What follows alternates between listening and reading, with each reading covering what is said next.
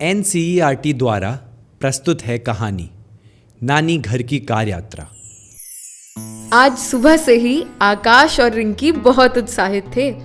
आज वे नानी के घर जो जाने वाले थे। आकाश को तो बस पापा के दफ्तर से घर आने का इंतजार था। शाम होते ही रमेश बाबू दफ्तर से लौट आए। जल्दी ही नानी के घर जाने के लिए टैक्सी बुक कर ली गई। रिंकी ने माँ के साथ सारा सामान टैक्सी में रखवाया। उधर पापा के समझाने के बाद भी आकाश जिद करके ड्राइवर के साथ वाली सीट पर बैठ गया और टैक्सी चल पड़ी नानी के घर की ओर। गाड़ी घर से थोड़ी दूर पहुंची तो रिंकी ने देखा कि आकाश और ड्राइवर अंकल दोनों ने ही सीट बेल्ट नहीं लगाई थी। आकाश, तुम्हें सीट बेल्ट लगा लेनी चाहिए। पता है, हाईवे आने पर लगा लूंगा। अंकल, आपको भी तो गाड़ी चलाते समय सीट बेल्ट लगानी चाहिए। ड्राइवर ने रिंकी की बात को अनसुना सा कर दिया। तभी रिंकी की नजर गाड़ी के साइड मिरर पर गई। अंकल, आप इस टूटे हुए शीशे में पीछे से आती हुई गाड़ियों को कैसे देखेंगे? मैं बहुत सालों से गाड़ी चला रहा हूँ, मुझे इस शीशे की जरूरत नहीं है। पापा, ये अंकल इतनी लापरवाही से गाड़ी चला रहे हैं। हम नानी के घर सुरक्षित तो पहुंच जाएंगे ना? तुम चिंता मत करो रिंकी, सब ठीक है। अब गाड़ी हाईवे पर आ गई थी। आकाश ने अभी तक सीट बेल्ट नहीं लगाई थी। उसका तो सारा ध्यान सड़क पर आती जाती दूसरी गाड़ियों पर था। रिंकी ने एक बार फिर उसे सीट बेल्ट लगाने को कहा। आकाश ने खींचते हुए सीट बेल्ट लगा तो ली, लेकिन उसे ढीला करके हाथ से पकड़ लिया और एक बार फिर आती जाती गाड़ियां देखने लगा। ड्राइवर रास्ते भर लापरवाही से गाड़ी चला रहा था।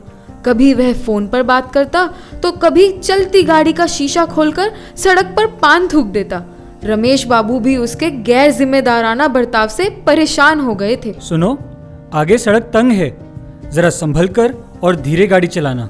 रमेश बाबू के इतना कहने की ही देर थी और गाड़ी सामने से आ रही एक मोटरसाइकिल से टकरा गई। अरे देखो वहाँ एक्सीडेंट हो गया। भाई कोई एम्बुलेंस बुलाओ। भाई देखो बच्चों को भी चोट लग गई। दुर्घटना होते ही सड़क पर लोग जमा हो गए।